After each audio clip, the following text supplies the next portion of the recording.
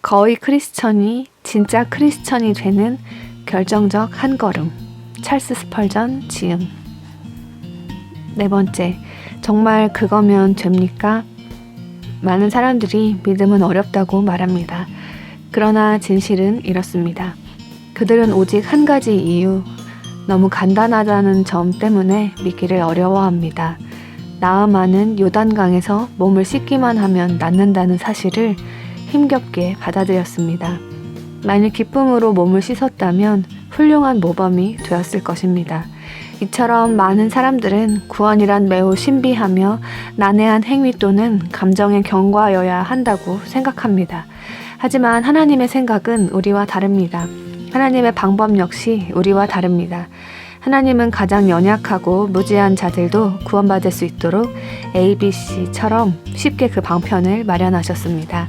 거기에는 누구를 혼란시킬 만한 것이 전혀 없습니다. 오히려 우리 쪽에서 구원이라면 응당 그 신비스러움으로 혼란스러울 거라 기대하기 때문에 그 간단함을 알고서는 당황하는 것입니다.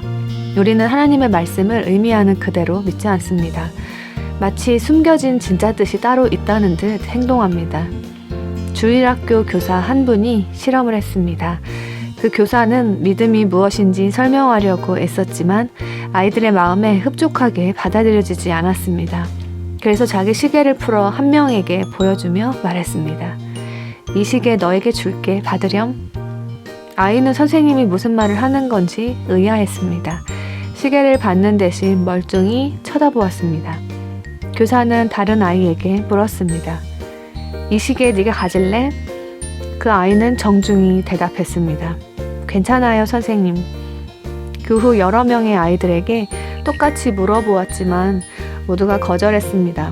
교사는 마지막으로 남은 한 아이에게 물어보았습니다. 별로 똑똑하지도 않고 오히려 또래보다 조금 뒤처지는 아이였습니다. 그런데 그 아이는 선생님의 말을 믿고 자연스럽게 대답했습니다. 고맙습니다, 선생님. 그리고는 시계를 받아서 호주머니에 넣었습니다. 다른 아이들은 정신이 번쩍 들었습니다. 자기들이 거절한 시계를 그 아이는 선물로 받은 것입니다. 한 아이가 급히 물었습니다. 선생님, 저 친구가 시계를 계속 갖나요? 물론이지. 교사는 말했습니다. 내가 시계를 준다고 하지 않았니? 저 친구가 시계를 받았고 나는 누군가에게 준 것을 되돌려 달라고 하지는 않는단다. 그렇지만 너희들은 시계를 받으려 하지 않았지? 질문한 아이가 대답했습니다. 선생님께서 정말 주실 줄은 몰랐어요. 알았다면 제가 받았을 거예요. 물론 그랬을 것입니다. 그 아이는 선생님이 그저 떠보는 거라고 생각했습니다. 다른 아이들도 자기가 시계를 받을 수 있었는데 아깝다며 후회했습니다. 한 아이를 뺀 나머지 아이들은 그 선물을 취하지 않았습니다. 선생님 말씀을 있는 그대로 받아들이지 않았기 때문입니다. 물론 나름의 이유가 있었습니다. 그러나 단순한 마음을 가지고 들은 대로 믿었을 때 아이는 시계를 얻었습니다. 저는 제가 언제나 그 단순한 아이 같기를 바랍니다.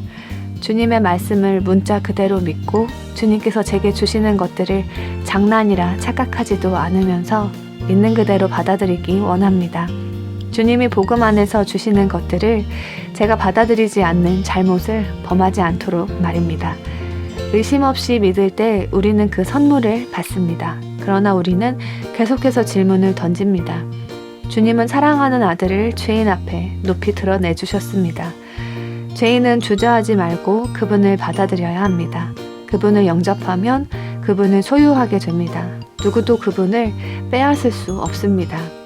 왜 손을 내밀지 않으십니까? 왜 당장 그분을 취하지 않습니까?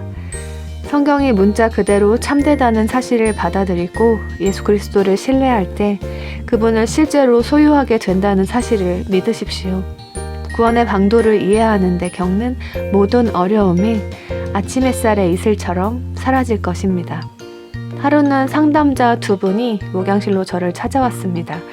먼 곳으로 이사하게 되었다는 2분은 아주 짧은 기간 제게 설교를 들었지만 깊은 인상을 받았다며 감사를 표했습니다. 저는 친절한 감사의 기쁨을 느끼면서도 그들 속에 보다 효과적인 성령의 역사가 있었는지 염려되었습니다. 저는 물었습니다. 두 분은 주 예수 그리스도를 실제로 믿으십니까? 한 분이 대답했습니다. 믿어보려고 애는 많이 썼습니다. 그동안 이런 대답을 간혹 들어온 저는 도저히 그대로 보내서는 안 되겠다 생각했습니다. 저는 말했습니다. 그 정도로는 안 됩니다. 고향에 계신 아버지께 그동안 아버지를 믿어보려고 애썼다 말한다면 어떻겠습니까? 두 분은 그것이 아버지께 모욕을 주는 일임을 인정했습니다. 저는 복음을 설명하고는 그리스도를 믿으라고 요청했습니다. 그리스도야말로 최고의 아버지보다 더 믿기에 합당한 분이시라 말입니다. 다른 한 분이 말했습니다. 저는 제가 구원받았다는 사실이 믿어지지 않아요. 제가 대답했습니다. 하나님께서는 그 아들을 신뢰하는 자는 누구라도 구원을 받는다고 말씀하셨습니다. 선생님은 하나님을 거짓말쟁이로 만드시겠습니까? 아니면 그분의 말씀을 믿으시겠습니까? 제가 이렇게 말하자 다른 한 분이 갑자기 놀란 얼굴로 울부짖으며 말했습니다. 이제 모두 알겠습니다. 저는 구원받았어요. 구주께서 저를 축복하십니다. 주님께서 제게 길을 보여주십니다. 그분께서 저를 구원해 주셨어요. 이제 모두 알겠습니다. 우리는 한 영혼이 빛 가운데 들어온 것을 기뻐하며 전심으로 주님을 찬양하고 높였습니다. 그러나 다른 한 분은 복음을 알 수 없었습니다. 물론 그분도 얼마 되지 않아 알게 될 것이라고 확신할 수는 있었지만 말입니다. 모두 같은 말을 듣지만 누구는 분명한 빛 가운데로 들어오는 반면 다른 사람은 우울함 속에 그냥 머무릅니다. 이 일이 이상하게 느껴지십니까? 우리는 지성이 복음을 알게 될 때 그 얼굴에 심령에 비치는 변화가 나타나 천국의 빛처럼 환해집니다. 새롭게 빛이 비춰진 영혼은 자주 이렇게 외칩니다. 이토록 분명한데 왜 이전에는 알지 못했을까? 성경에서 읽은 것을 이제 모두 알겠어. 한순간에 깨달아져. 이전에는 결코 이해하지 못했지. 하지만 이제는 알겠어. 진리는 언제나 명백합니다. 그러나 사람들은 표적이나 기사를 구하느라 아주 가까이에 있는 진리를 보지 못합니다. 안경을 머리에 쓰고는 안경이 어디 있는지 찾는 사람을 생각해 보십시오. 이처럼 사람들은 바로 앞에 있는 것을 보지 못하고 탄식합니다. 그리스도 예수께서는 우리 바로 앞에 계십니다. 그분을 바라보기만 하면 살 수 있습니다. 하지만 우리는 스스로 복잡하게 생각하면서 직선으로 갈 길을 오히려 미로로 만듭니다. 또 다른 일화가 생각납니다. 존경을 많이 받는 한 자매님이 어느 주일 아침 예배를 마치고는 저를 찾아왔습니다. 그분은 인사를 나눈 뒤 이렇게 말했습니다. 제가 50세가 되면 적어도 하나는 지금의 목사님과 똑같아지겠지요. 나이 말이에요. 하지만 다른 점은 목사님과 아주 반대일 거예요. 제가 말했습니다. 그렇다면 다른 점들인 자매님께서 훨씬 훌륭하실 겁니다. 저는 지금의 제 모습과는 반대가 되기를 바란답니다. 그분은 손사래를 치며 말했습니다. 어머 아니에요. 그런 말을 하려던 게 아니에요. 저는 전혀 올바르지 않아요. 저는 놀라서 소리쳤습니다. 네? 자매님은 예수 그리스도를 믿지 않으시나요? 그분은 머뭇거리더니 한숨을 쉬며 말했습니다. 노력하고는 있어요. 저는 그분의 손을 잡고 말했습니다. 내 소중한 친구여, 주님을 믿으려고 애써 보겠다 말하지 마세요. 저는 그런 말을 허용치 않겠습니다. 그것은 불신앙 자체예요. 그분이 무엇을 하셨기에 그렇게 말씀하시나요? 저를 믿어보려 노력하겠다고 말씀하시겠어요? 자매님께서 그런 식으로 저를 모독하실 거라 생각하지는 않습니다. 자매님은 저를 신뢰할 만한 사람으로 여겨주시고 지금도 저를 믿고 계세요. 그런데 그리스도께는 덜 그렇게 하실 수 없나요? 그분은 눈물을 터뜨리면서 외쳤습니다. 저를 위해 기도해 주세요. 저는 대답했습니다. 제가 무엇을 할 수 있을지 모르겠습니다. 자매님이 주님을 믿지 않는데 제가 무엇이라 구하겠습니까? 할 수 있는 기도가 없습니다. 자매님이 주님을 믿는다면 구원을 받을 것입니다. 그런데 주님을 믿지 못하니 자매님을 구원할 새로운 방법을 만들어 달라고 기도할 수는 없어요. 그분은 다시 말했습니다. 더 노력할게요.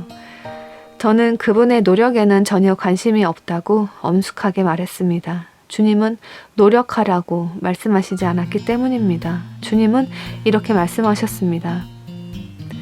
주 예수를 믿으라. 그리하면 너와 내 집이 구원을 받으리라.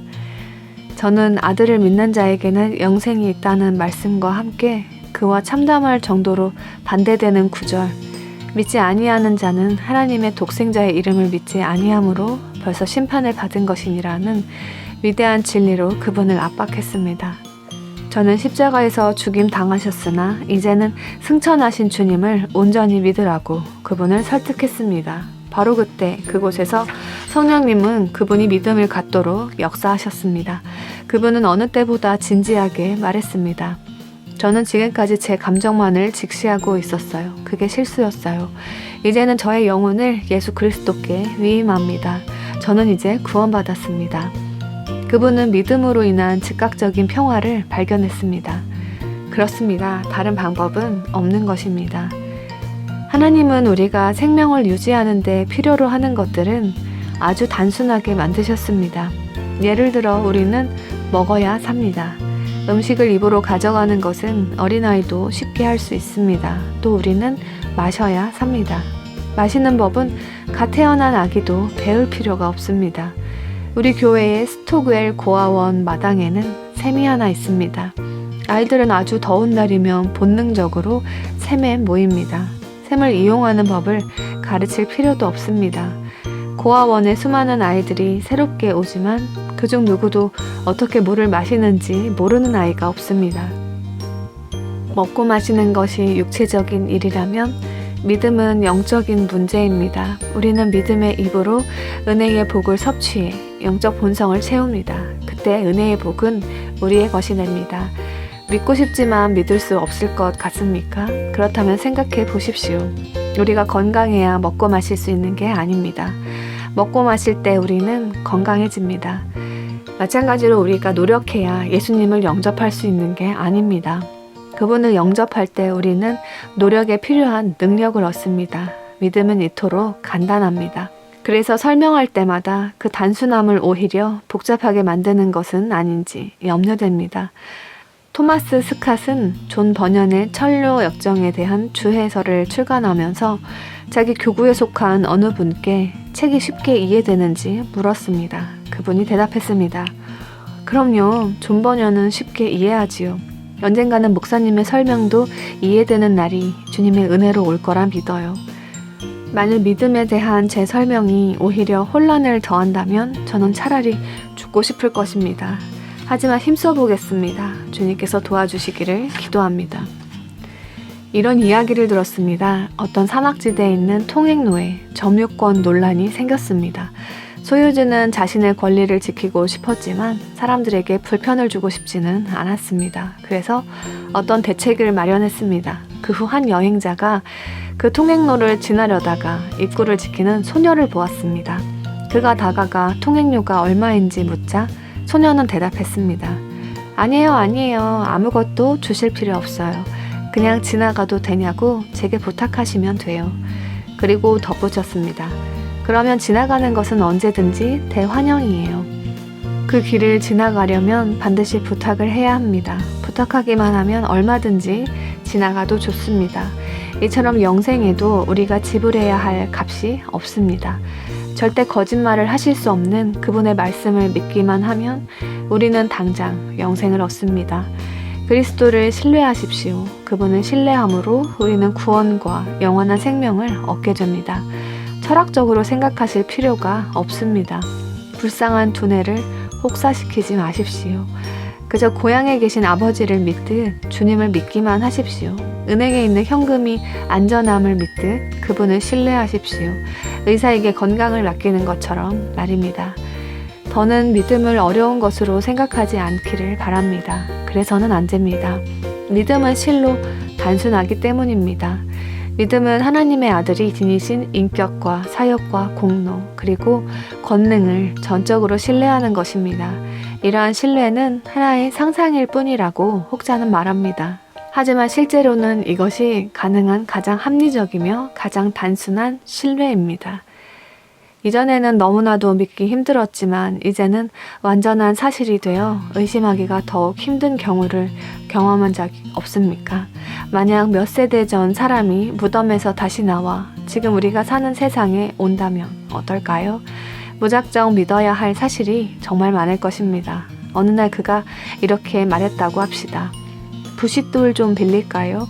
불이 좀 필요한데요. 그렇다면 정말 부싯돌을 찾아 드리겠습니까? 아마도 우리는 액체가 든 조그만 용기를 그에게 주면서 위에 달린 울퉁불퉁한 작은 쇠붙이를 3개 돌려보라고 말할 것입니다. 그러면 불이 생길 거라고 말입니다.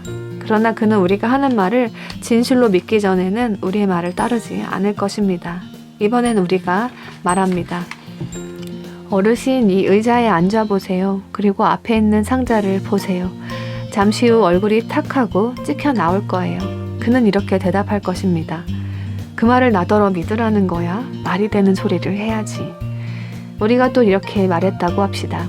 어르신, 이제는 말을 타지 않고도 몇십 킬로미터를 몇 분 만에 갈 수 있답니다.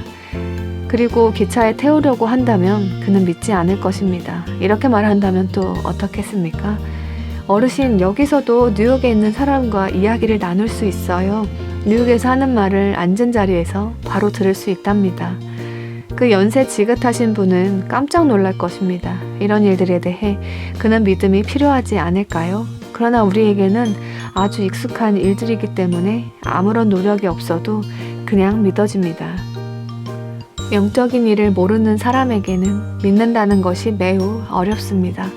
그에 대한 설명이 도통 이해되지 않기 때문입니다.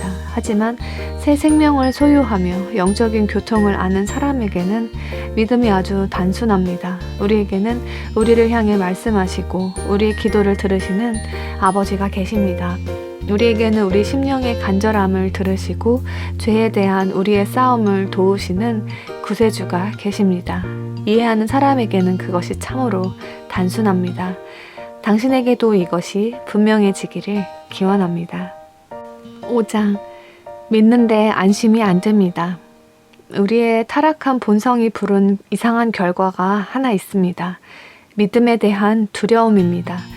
저는 이런 경우를 너무도 자주 우연찮게 경험합니다. 믿음을 두려워하는 것은 언뜻 겸손해 보이지만 사실 대단히 교만한 모습입니다. 만약 하나님을 믿지 못하는 것을 두려워한다면 이해를 하겠습니다. 하지만 하나님을 믿기 두려워하는 것은 아무리 생각해도 불합리한 일입니다. 실제로 하나님에 대한 불신은 그분의 신실하심과 진리에 마땅히 돌려야 할 명예를 주님께 돌리기 거부하는 교묘한 술수입니다. 믿음이 우리를 구원할 수 없을 거라 의심하며 분주하게 원인을 찾는 일은 제 생각에 시간 낭비입니다. 누구든지 예수님을 믿는 자는 멸망하지 않는다는 말씀을 우리는 받았습니다. 그런데도 예수님을 믿지만 망하게 되지는 않을까 염려하는 것입니다. 만일 누군가가 제게 집 한 채를 물려준 사실이 법적으로 분명하다면 저는 그 집의 소유권에 대해 다시 묻지 않을 것입니다. 제가 그 집을 소유해서는 안 되는 이유를 굳이 찾을 필요가 무엇이 있겠습니까? 주님께서 그분의 존귀한 아들이 이루신 공로로 우리를 구원하는 데 만족을 느끼신다면 우리도 그 방식으로 구원받는 데 만족해야 합니다. 우리가 하나님의 말씀을 받아들일 때 그 약속을 성취하는 일에 대한 책임은 우리에게 있지 않습니다. 그 약속을 하신 하나님께 있습니다. 어쩌면 자신은 하나님께서 약속하신 대상이 아닐 수도 있다며 두려움을 느끼실지 모르겠습니다. 그러나 염려하지 마십시오. 그리스도께 잘못 온 사람은 하나도 없습니다. 하나님께서 이끄신 게 아니라면 우리는 결코 예수 그리스도께 나아올 수 없습니다. 예수님은 말씀하셨습니다. 내게 오는 자는 내가 결코 내쫓지 아니하리라. 어느 누구도 몰래 손을 내밀어 도둑처럼 그리스도를 붙잡을 수 없습니다. 우리는 오직 하나님께서 주신 권리로만 그분을 붙잡을 수 있습니다. 주님께서 우리를 위해 당신 자신을 값없이 내놓으셨기 때문에 그분을 붙잡는 사람마다 그렇게 할 수 있는 신적인 권리가 생깁니다. 설사 허락 없이 숨어서 예수님의 옷자락을 잡는다 해도 주님께서 직접 우리 이름을 불러 그분을 신뢰하도록 하신 경우만큼이나 확실하게 그분의 은혜가 우리에게로 흘러옵니다. 구주를 신뢰한다면 모든 두려움을 버리십시오. 예수 그리스도를 믿는 자가 바로 하나님의 선택을 받은 그 사람입니다. 예수 그리스도를 신뢰했는데 결국 멸망한다면 너무 무섭지 않겠느냐고 묻고 싶으십니까?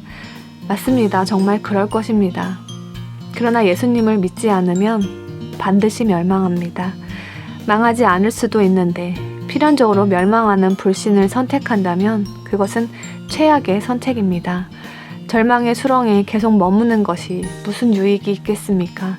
그보다는 천성으로 향하는 왕의 대로를 가며 힘쓰다 죽는 편이 낫지 않을까요? 어둡고 불신하는 마음이 가득한 그 진흙탕 속에 깊이 빠져드는 것보다 말입니다. 우리는 잃을 것이 없습니다. 우리는 이미 모든 것을 잃었습니다. 그러니 좁은 문을 향해 달려드십시오. 우리 같은 사람을 위해 베푸시는 하나님의 자비를 용감하게 믿으십시오. 어떤 사람은 이렇게 탄식합니다. 그리스도께 나아갔는데 저를 거부하시면 어떻게 하나요? 제 답변은 이렇습니다. 그분을 시험해 보십시오. 예수님께 모든 것을 맡겨보십시오. 그분께서 당신을 거부하는지 살펴보십시오. 당신이 그분께서 소망의 문을 닫을 첫 번째 사람이 되실 것 같습니까? 예수 그리스도께서 당신을 쫓아낸다면 그야말로 절망의 순간을 경험할 것입니다. 하지만 그런 순간은 결코 오지 않습니다. 예수님은 이 사람이 죄인을 영접한다고 비난까지 당하신 분입니다. 그분은 죄인들을 먼저 내쫓지 않으십니다. 한밤중에 길을 잃은 사람이 있었습니다. 어느 순간 그는 자신이 절벽 끝에 섰다고 느꼈습니다. 어두워서 보이지는 않았지만 그렇게 믿었습니다. 그는 절벽 아래로 떨어질까 두려웠습니다. 때마침 오래된 나무를 발견하고는 온 힘을 다해 매달렸습니다.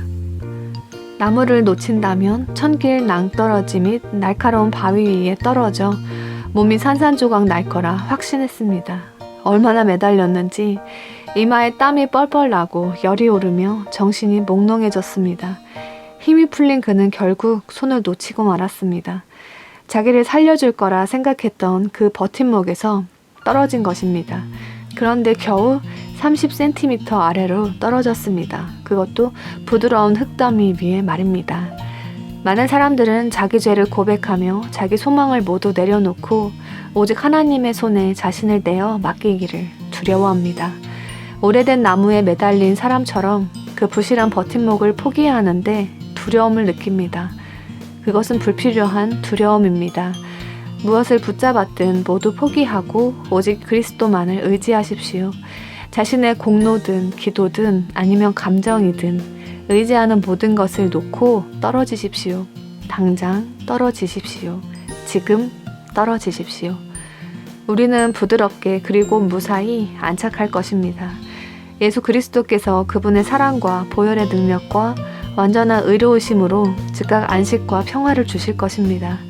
자기 신뢰를 그만두십시오. 예수님의 팔 안에 떨어지십시오. 그것이 믿음에서 가장 중요합니다.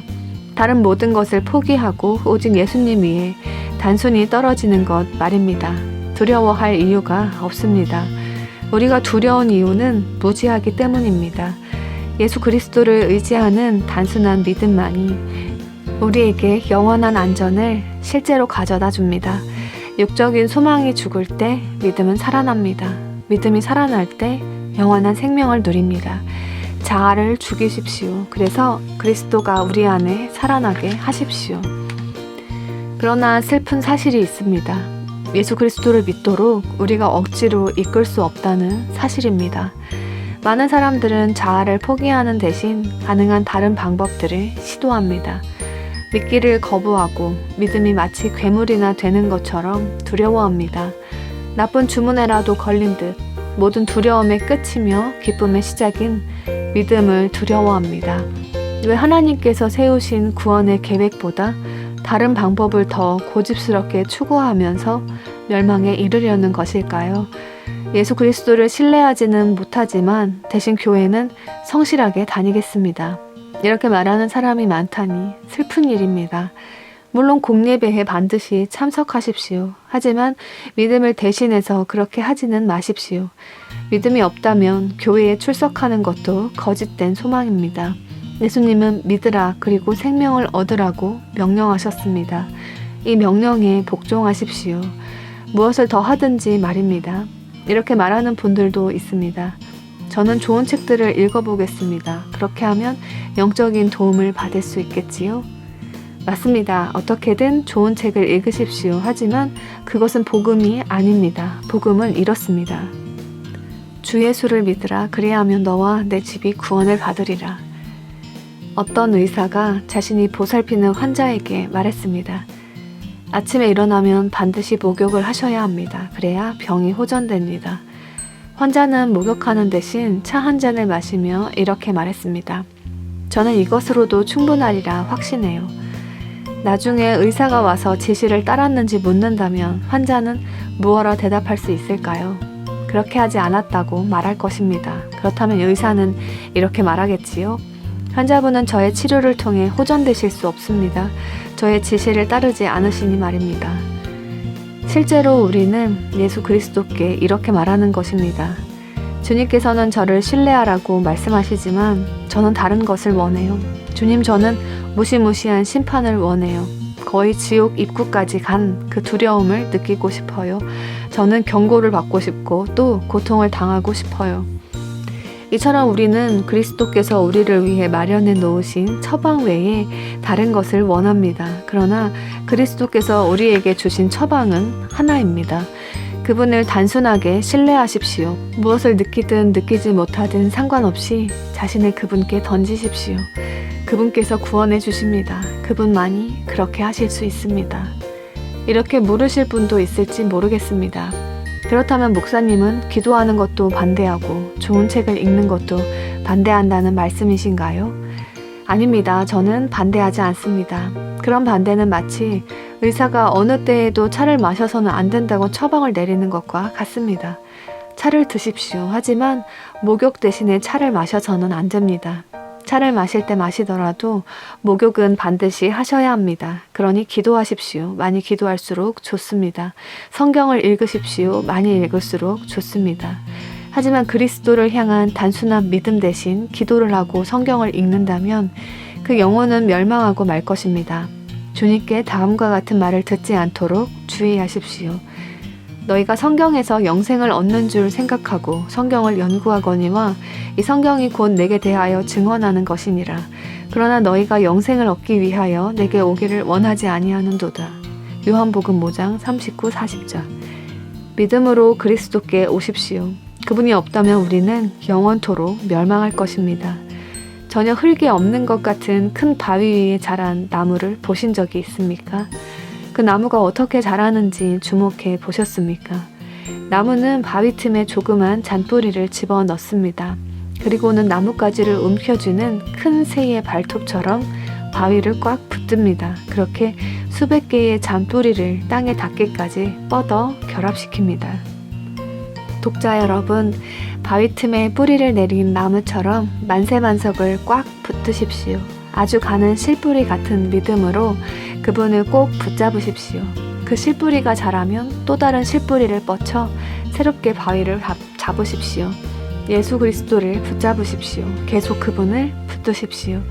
그분 안으로 자라나십시오. 우리의 본성과 심장으로부터 뿌리를 뻗어 그분을 휘감으십시오. 바위가 값없이 자신을 나무에게 제공하는 것처럼 그분도 값없이 자신을 우리에게 제공하십니다. 그래서 우리는 절벽 위에 붙어 자라는 나무처럼 그분께 견고하게 붙어 자랄 수 있습니다. 6장. 믿고는 싶은데 믿어지지 않아서요. 믿음을 갖기 어려워하는 분들도 있습니다. 이번 장에서는 그 문제를 다루려고 합니다. 우리는 눈앞에 펼쳐진 행동 하나만을 보고 간단히 믿지 않습니다. 우리의 믿음은 그때까지 축적된 여러 가지 마음의 상태가 종합된 결과입니다. 우리는 점점 믿음에 이릅니다. 첫눈에 믿는 일도 있겠지만 보통은 믿음의 단계를 따라갑니다. 먼저 관심을 갖고 고려하고 증거를 듣고 확신을 얻습니다. 그런 후에야 믿게 됩니다. 믿고는 싶은데 어떤 이유로든 믿을 수 없을 것 같은 때는 어떻게 해야 할까요? 난생 처음 보는 문 앞에 선 젖소처럼 물끄러미 바라만 보아야 할까요? 아니면 지적인 존재로서 그에 합당한 방법들을 적절히 활용해야 할까요? 여기에 답변하기 위해 상식적으로 접근해 보겠습니다. 제가 잔지바르의 술탄이 좋은 사람이란 소문을 들었다고 합시다. 그 소문은 저의 관심을 끌었고 또 믿을 만한 소문 같았다고 칩시다. 그런데 어떤 이유에서인지 의심이 생겼습니다. 그렇지만 믿고 싶습니다. 그럴 때 저는 어떻게 해야 할까요? 저는 가능한 모든 정보를 찾아볼 것입니다. 사실을 확인하기 위해 신문이나 다른 자료들을 열심히 수집할 것입니다. 그를 만날 수 있다면 그만큼 좋은 기회가 또 없겠지요. 아니, 그 나라의 관료들이나 국민들과 대화할 수 있다면 더욱 좋을 것입니다. 이러한 과정을 통해 정확한 정보를 얻는다면 하나의 결론에 이르는데 큰 도움이 됩니다. 우리는 이처럼 증거를 따지고 지식을 쌓아가면서 믿음에 이릅니다. 예수 그리스도에 대한 믿음은 하나님께서 주십니다. 하지만 하나님은 우리 마음의 법칙에 맞춰 그 선물을 주십니다. 믿음은 들음에서 나며 들음은 그리스도의 말씀으로 말미암았느니라. 이 말씀이 그 증거입니다. 주님을 믿고 싶다면 그분에 대해 들으십시오. 그분에 대해 읽으십시오. 그분에 대해 생각하십시오. 그분에 대해 알아보십시오. 그럴 때 마음속에서 믿음이 싹처럼 돋을 것입니다. 마치 땅에 뿌려진 씨앗이 습기와 빛의 작용으로 곡식을 여무는 것처럼 말입니다. 제가 어떤 의사를 신뢰하고 싶다면 그에 대한 추천서를 구해보겠습니다. 그가 전문 지식을 얼마나 가졌는지 자격증을 살펴보고 그가 어떤 복잡한 시술을 잘하는지 그의 말을 듣고 싶을 것입니다. 그를 믿기 위해 할 수 있는 방법들을 가능한 모두 시도할 것입니다. 예수 그리스도에 대해 귀를 기울이며 집중해서 듣는 자가 되십시오. 그분을 지속적으로 분명하게 설명하는 사역 가운데 많은 영혼들이 믿음에 이릅니다. 특히 십자가에 못 박히신 예수 그리스도를 집중적으로 전하는 사역자 밑에는 믿지 않은 상태로 남아있는 사람이 거의 없을 정도입니다. 십자가 외에 다른 것을 전하는 설교는 듣지 마십시오. 예수 그리스도에 대해 들을 수 있는 예배의 장소를 찾으십시오. 그분의 이름조차 들을 수 없는 곳이라면 떠나 다른 곳을 찾으십시오. 예수 그리스도의 이름이 더욱 소중히 여겨지고 그래서 그분이 더욱 자주 계실 수 있는 곳으로 가십시오. 주님에 대해 많이 읽으십시오. 성경은 그분이 거하시는 곳입니다.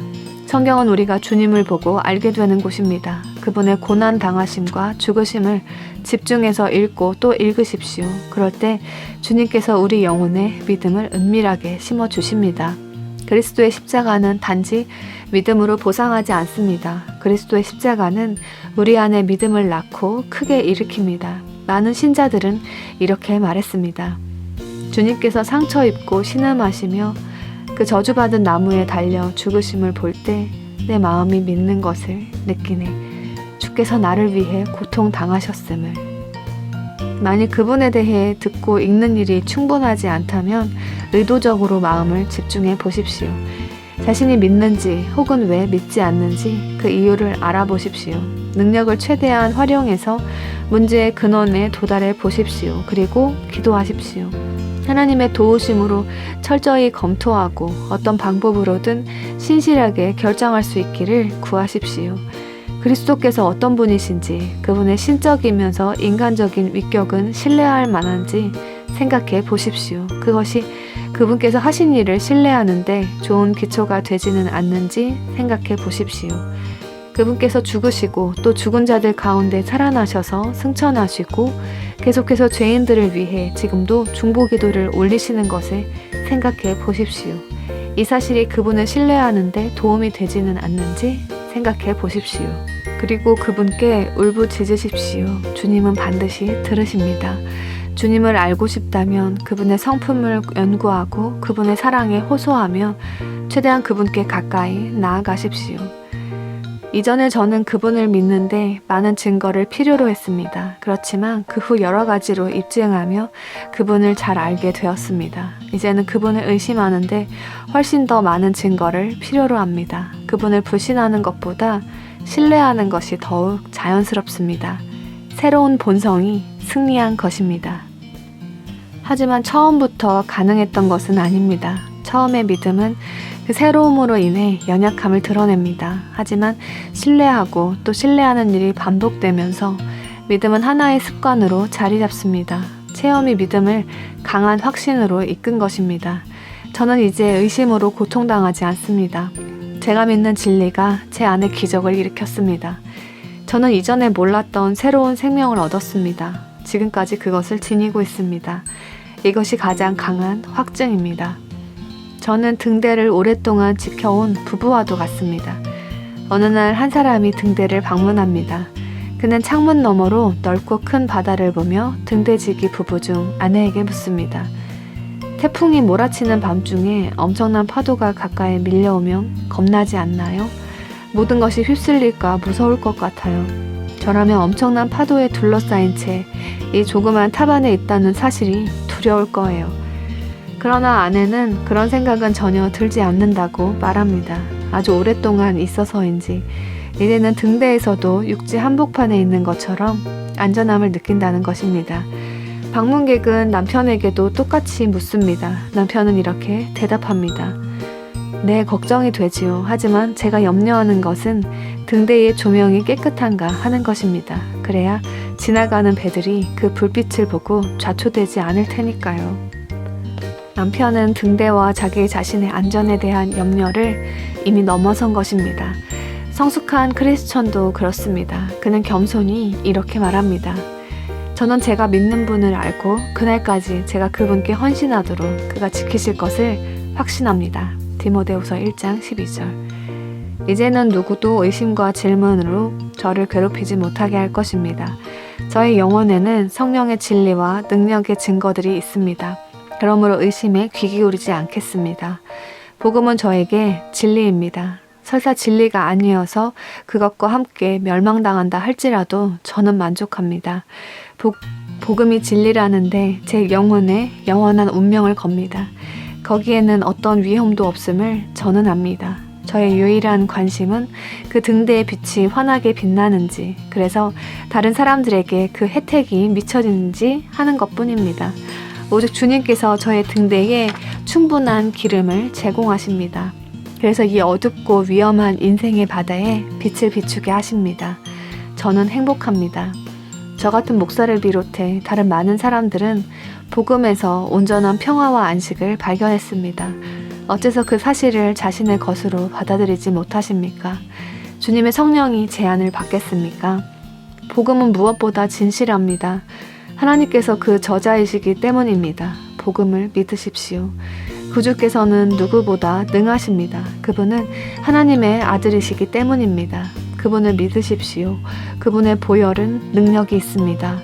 그 보혈에 기대 용서를 구하십시오. 자비로운 그분의 마음에는 항상 사랑이 흘러 넘칩니다. 지금 당장 그분을 향해 달려가 안기십시오. 믿음을 구하셔야 합니다. 원치 않으십니까? 그렇다면 더는 해드릴 것이 없습니다. 저는 말을 물가로 데려갈 수는 있지만 말이 물을 마시게 할 수는 없습니다. 기억하십시오. 불신앙은 증거를 제공했는데도 주위에서 검토하기를 거절한다는 면에서 악의적입니다. 진리를 알고 싶지 않은 사람, 받아들이고 싶지 않은 사람은 거짓을 자기 오른손에 쥔 채 죽는데도 감사할 사람입니다. 믿고 세례를 받는 사람은 구원을 얻을 것이요. 이 말씀은 진실합니다. 믿지 않는 사람은 정죄를 받으리라. 이 말씀 역시 동일하게 진실합니다. 7장 믿을 수 있도록 도와주십시오. 진정 그리스도를 믿기 원하십니까? 도움이 될 한 가지가 있습니다. 바로 죄인을 대신해 담당하신 그리스도의 수고입니다. 우리가 아직 연약할 때에 기약대로 그리스도께서 경건하지 않은 자를 위하여 죽으셨도다. 친히 나무에 달려 그 몸으로 우리 죄를 담당하셨으니 여호와께서는 우리 모두의 죄악을 그에게 담당시키셨도다. 그리스도께서 단번에 죄를 위하여 죽으사 의인으로서의 불의한 자를 대신하셨으니 이는 우리를 하나님 앞으로 인도하려 하심이라. 특별히 이 구절에 주목해 주십시오. 그가 채찍에 맞음으로 우리는 나음을 받았도다. 여기서 하나님은 죄를 하나의 질병처럼 말씀하십니다. 그리고 그분의 값비싼 치료제를 우리 앞에 제공하십니다.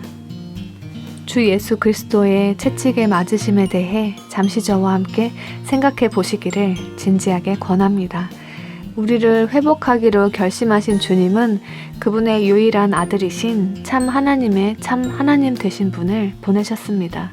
그분은 이 세상에 내려오셔서 우리와 동일한 본성을 취하심으로 우리의 구속을 성취하고자 하셨습니다.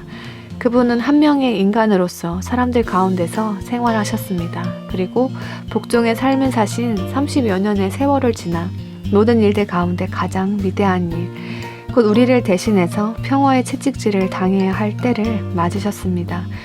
그분은 겟세마네 동산에서 땀이 핏방울이 되도록 기도하시며 우리가 맛보아야 할 쓴잔의 첫 번째 한 모금을 감당하셨습니다.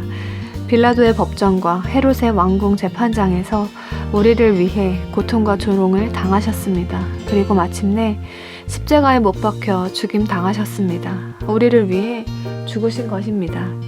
채찍에 맞으심이란 표현은 그분이 감당하신 몸과 영혼의 고통을 묘사합니다. 그리스도께서는 자신의 전부를 들여 우리를 위한 희생물이 되셨습니다. 그분의 인간성 전체가 고통을 당하신 것입니다. 그분의 몸은 결코 묘사될 수 없는 슬픔 가운데서 그분의 마음과 하나가 되었습니다. 그분은 순환의 시작에서부터 우리를 대신해 심한 고통을 당하셨습니다. 그분이 고뇌할 때 그 육신은 핏방울과 같은 땀을 땅바닥에 떨어뜨리기까지 흘렸습니다. 그 고뇌의 핏방울을 얼굴에서 씻어내기도 전에 사람들은 그분을 대제사장의 방으로 서둘러 끌고 갔습니다. 한밤중에 그분을 결박해 빌라도와 헤롯에게 끌고 갔습니다. 그들은 예수님을 조롱했고 군인들은 그분의 얼굴에 침을 뱉고 폭력을 가했습니다. 가시로 얽은 관을 만들어 그분의 머리에 씌웠습니다. 예수님께서 당하신 채찍질은 인간이 행할 수 있는 가장 잔인한 고문 가운데 하나입니다. 영국 군대에서도 캣이라고 불린 악독한 채찍질을 사병들에게 행한 적이 있습니다. 잔인함이 일상이었던 로마 군대에서는 단순히 야만적이라고 하는 것보다 훨씬 고통스러운 처벌을 행했습니다. 그들은 황소의 내장과 양의 무릎 관절에 있는 뼈 조각을 꼬아서 채찍을 만들었는데 그 채찍이 맨 등에 떨어지면 밭가는 자들이 내 등을 갈아 그 고랑을 길게 지어두다와 같이 되었습니다. 우리 구주께서는 그 잔인한 채찍질을 견디도록 부름을 받으신 것입니다. 더군다나 이것은 그가 받으신 징벌의 마지막이 아니라 십자가형의 서막일 뿐이었습니다. 핍박자들은 채찍질에 매질을 더했습니다. 어떤 형태든 고문을 삼가지 않았습니다. 주님은 피를 흘리며 먹지도 못하는 가운데 정신이 아득해졌을 것입니다. 그들은 십자가형을 받을 사람이 도중에 죽을까봐 한동안 다른 사람에게 십자가 형틀을 지게 했습니다. 끝끝내 그분을 사형장까지 끌고 간 것입니다. 그들은 그분의 옷을 벗기고 형틀에 매달았습니다. 못질을 하여 손과 발을 꿰뚫었습니다. 그분을 못 박은 나무를 높이 들었습니다. 그리고 그 나무를 땅에 내리쳐 박았습니다. 나는 물같이 쏟아졌으며 내 모든 뼈는 어그러졌다고 한 시편의 탄식처럼 그분의 모든 뼈마디가 어긋났습니다. 그분은 뜨겁게 내리쬐는 태양 아래에 매달렸습니다. 그 열기는 얼마 남지 않은 힘까지 빼앗아 갔습니다. 그분은 이렇게 외치실 수밖에 없었을 것입니다. 내 마음은 밀랍 같아서 내 속에서 녹았으며 내 힘이 말라 질그릇 조각 같고 내 혀가 입천장에 붙었나이다. 주께서도 나를 죽음의 진토 속에 두셨나이다. 시편 22편 14절. 주님은 그곳에 매달려 하나님과 사람 모두에게 구경거리가 되셨습니다. 그분의 몸의 무게는 처음에는 발에 모아졌습니다. 못에 의해 연한 신경이 찢어지자 그 고통스러운 무게는 손으로 옮겨갔습니다. 그러자 고통이 온몸의 민감한 부분들에 전해졌습니다. 상상해 보십시오. 우리는 손에 작은 아주 작은 상처만 나도 강한 경련이 일어납니다. 그런데 손과 발의 민감한 부분들을 꿰뚫은 그 잔인한 못에 의해 주님이 느끼셨을 고통은 얼마나 지독했을까요? 모든 종류의 고통이 그분의 온몸을 괴롭혔습니다. 이때에도 원수들은 그분께 손가락질을 하고 조롱하고 모독하는 말들을 내뱉었습니다. 그분이 기도를 드리자 원수들은 빈정거리며 그 고통당하시는 모습에 즐거워했습니다. 내가 목마르다는 주님의 말씀에 그들은 모략 섞은 포도즙을 주었습니다. 주님은 잠시 후 말씀하셨습니다. 다 이루었다. 그분은 예정된 슬픔과 고통을 온전히 견디셨습니다. 하나님의 공의의 값을 완전하게 지불하셨습니다. 그리고 이전까지는 하지 않으셨던 하나의 일을 하셨습니다. 바로 그분의 영혼을 거두신 것입니다. 지금까지 많은 성도들은 우리 주님의 육체적 고통을 가장 사모하는 마음으로 깊이 묵상했습니다. 저도 그것을 주저하지 않습니다. 두려움에 떠는 죄인들이 구속주의 고통스러운 채찍에 맞으심 속에 있는 구원을 보게 될 것을 믿으면서 말입니다. 우리 주님께서 당하신 육체의 고통을 묘사하기란 쉽지 않습니다. 저 역시 실패했음을 인정합니다. 하물며 그 영혼의 고통은 어떨까요? 그것은 그분이 당하신 고통의 진수입니다. 과연 누가 표현할 수 있겠습니까? 아니, 이해는 할 수 있을까요? 앞서 예수님께서 당하신 순환의 첫 부분에서 그분의 땀이 핏방울이 되어 떨어졌다고 말했습니다. 그것은 영혼이 깊은 고뇌의 압박을 받아 그 피가 겉으로 터져 나온 것입니다. 주님은 내 마음이 매우 고민하여 죽게 되었다고 말씀하셨습니다. 유다의 배신, 12제자의 도망은 우리 주님을 탄식케 했습니다. 하지만 그분의 심령을 내리누른 참된 압박은 바로 우리가 지닌 죄의 무게였습니다. 우리의 죄값은 그분의 생명이 지닌 마지막 호흡까지 빼앗아 버렸습니다. 예정되었던 주님의 순환과 십자가상에서의 고통은 어떤 말로도 형용할 수 없습니다. 과연 우리는 십자가의 순환을 얼마나 이해하고 있을까요? 십자가상에서 못질 당하실 때 그분은 어떤 순교자도 당하지 않은 고통을 감당하신 것입니다. 똑같은 형벌이라도 순교자들은 하나님께서 그들을 도우시기에 고통 가운데서 기뻐할 수 있습니다. 하지만 우리의 구속주께서는 죽임 당하는 순간에도 당신의 아버지께 버림받고 이렇게 외치셨습니다. 나의 하나님, 나의 하나님, 어찌하여 나를 버리셨나이까. 그 외침은 어떤 고통보다도 더한 고통이었으며 헤아릴 수조차 없는 깊이의 슬픔이었습니다. 하지만 주님은 그렇게 버림받으셔야 했습니다. 하나님께서 반드시 등을 돌리셔야만 우리를 위해 죄인 되신 그분께 죄가 온전히 옮겨지기 때문입니다. 위대한 속죄물의 영혼이 죄인들을 대신해 죄와 저주의 끔찍한 고통과 극심한 공포를 겪어야 했습니다. 그분께서 담당하지 않았다면 우리는 모두 지옥에 던져졌을 것입니다. 나무에 달린 자마다 저주 아래 있는 자라. 우리는 그 저주가 의미하는 바를 참으로 알지 못할 것입니다. 오직 주 예수 그리스도께서 대속하신 고통으로만 우리 죄를 해결할 수 있습니다. 주님의 채찍에 맞으심은 바로 우리를 위함입니다. 혹시 이런 의문이 드십니까? 그래도 죄값을 치르기 위해 우리가 할 일이 있지 않을까요? 답변해 드리겠습니다. 우리가 할 일은 아무것도 없습니다. 예수 그리스도의 채찍에 맞으심으로 우리는 나음을 입습니다. 그분께서 모든 채찍질을 견디셨습니다. 우리 몫은 하나도 남기지 않으셨습니다.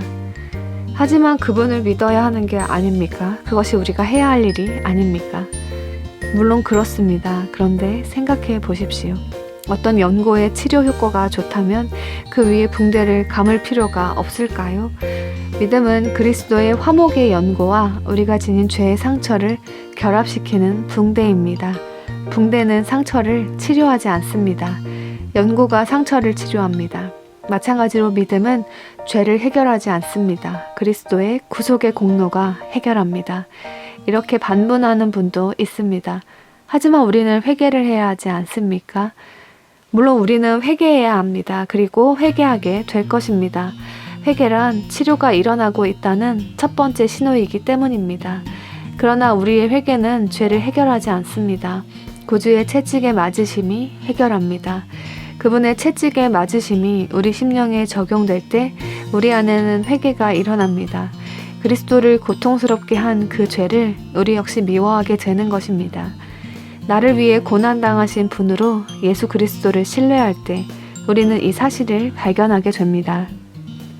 예수님께서 죽기까지 갚으신 죄에 대해 하나님은 결코 우리를 심판하지 않으신다는 것을 말입니다.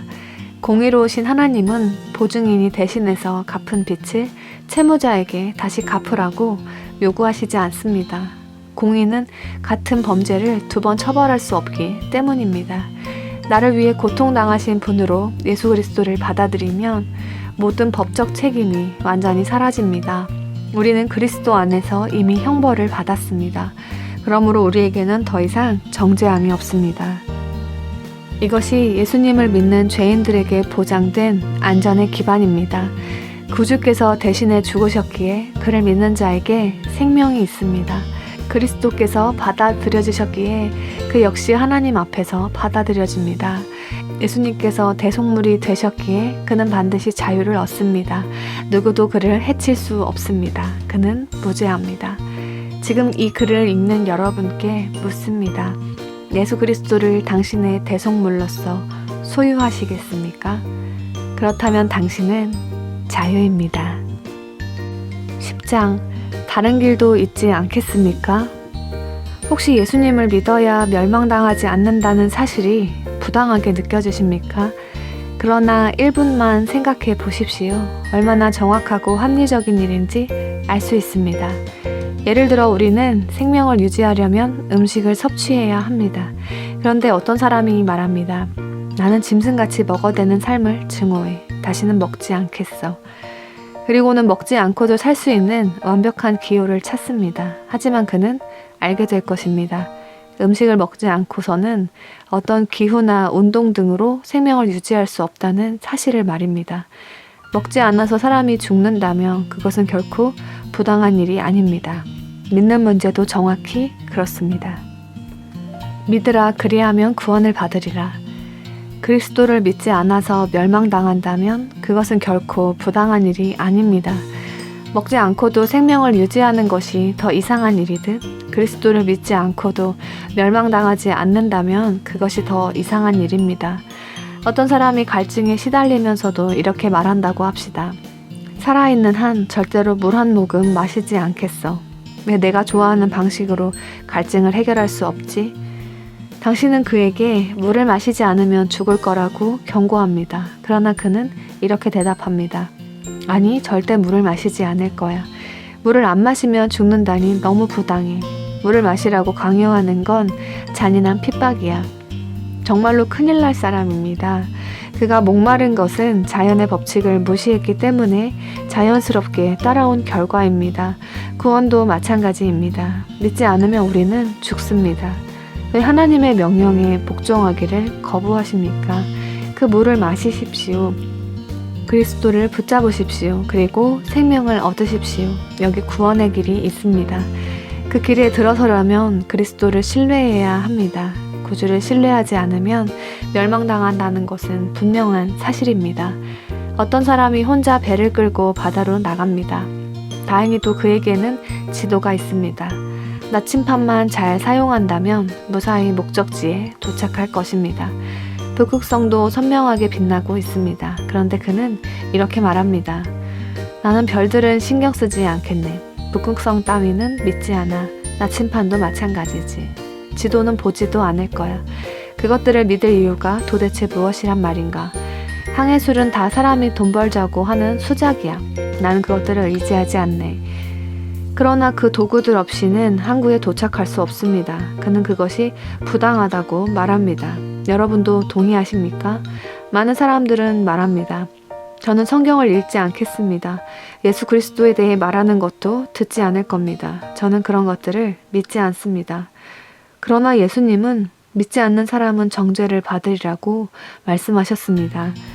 그들은 이것이 옳지 못하다고 말합니다. 하지만 이 말씀은 나침판과 북극성을 무시하면 항구에 이르지 못한다는 사실보다도 더 당연한 진리입니다. 다른 길은 없습니다. 반드시 그 말씀대로 될 것입니다. 자신은 예수 그리스도의 보혈과 아무 상관이 없다며 복음을 업신여기는 사람들이 있습니다. 죽음 앞에서 그는 웃어 넘기기에는 그것이 너무 중요한 문제였음을 깨달을 것입니다. 당황하여 이마에는 땀이 흥건하고 심장은 하나님께로부터 도망치겠다는 듯 갈비뼈 밖으로 튀어나올 것 같습니다. 그때 그는 예배들과 또 성경이 생각보다 훨씬 더 중요한 것들임을 알게 될 것입니다. 구원에 이르는 진리를 무시한 자신의 어리석음에 놀랄 것입니다. 무엇보다 우리를 천국으로 인도하는 유일한 북극성, 곧 예수 그리스도를 무시한 것이 얼마나 큰 잘못이었는지 탄식할 것입니다. 어떤 사람이 강의 반대쪽 언덕에 산다고 합시다. 집에 가려면 반드시 강을 건너야 합니다. 그런데 그는 다리도 신뢰하지 않고 배도 신뢰하지 않습니다. 그는 집에 가는 길에 다리를 맞닥뜨렸지만 건너지 않고 그 앞에 멈춥니다. 배 역시 타지 않겠다고 결심합니다. 그는 다른 사람들과 같은 방식으로는 강을 건너지 않겠다고 다짐합니다.